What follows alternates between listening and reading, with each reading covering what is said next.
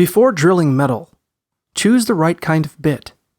For softer metals like aluminum, a high steel bit will work. For steel or other hard metals, use carbide, cobalt, or titanium. Put on a pair of work gloves and safety glasses, then clamp down the piece of metal to hold it steady while you drill. Draw an X on the metal where you want to drill, then make a dent on the mark with a hammer and center punch.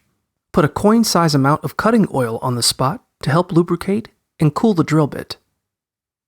Hold the drill perpendicular to the metal and squeeze the trigger lightly while applying pressure to help push the bit through the metal.